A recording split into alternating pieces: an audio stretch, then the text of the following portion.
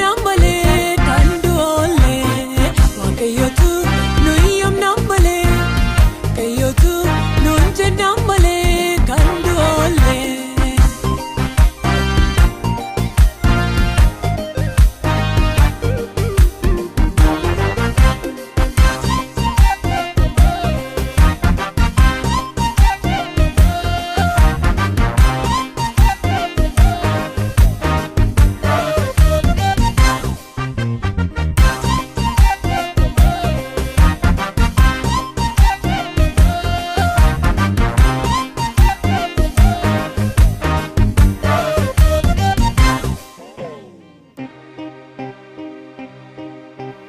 gargaarsa saas arganneerra qooda keenya loleen of mo'eera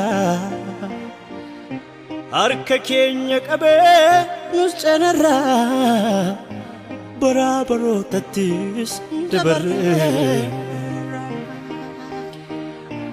bara barootattis dabarree salphaatti mitim kanarra geenye wakayotu nuyam namale wakayotu nunje namale nafi keenya nuti dandeenye wakayotu nuyam namale wakayotu nunje namale kanduole wakayotu nuyam namale wakayotu nunje namale kanduole abdiin keenya cime haareera dukkanni karaa keenya ifeera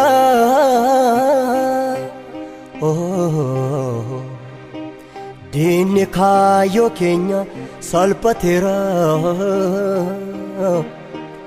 waaqayyo cimsee nu ijaareera diinni kaayyoo keenya salphateera waaqayyo cimsee nu ijaareera salphaatti mitim kanarra geenye wakayotu nuyam namale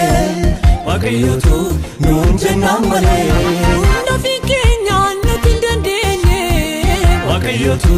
nuyam namale wakayotu nunje namale kanduole wakayotu nuyam namale wakayotu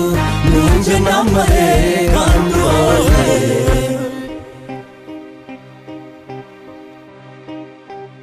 gaarichun kutaa'ee diigameera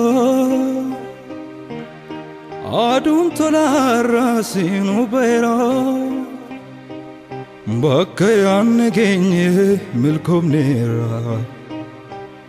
mootiin moototaanu gargaareera gaarichun kutaa'ee diigameera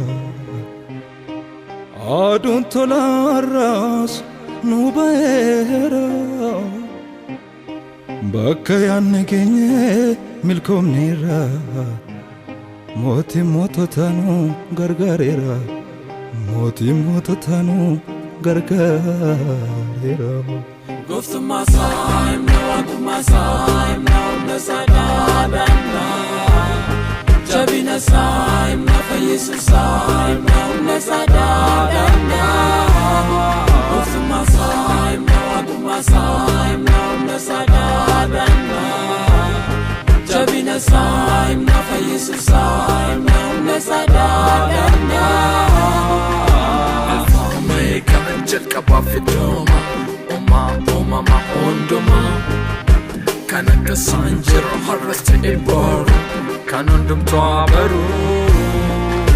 Esaka jagabu kawanone nifsu Bari jirenyo sato kabu Dandieti sati submission every bongo Walga ajo jenda only fronton Jesus go There is no like him now and forever Exalt him and lift him up Everyone around, lift up your voice Give him glory, worship his majesty There is no like him now and forever Exalt him and lift him up Everyone around, lift up your voice Give him glory, worship his majesty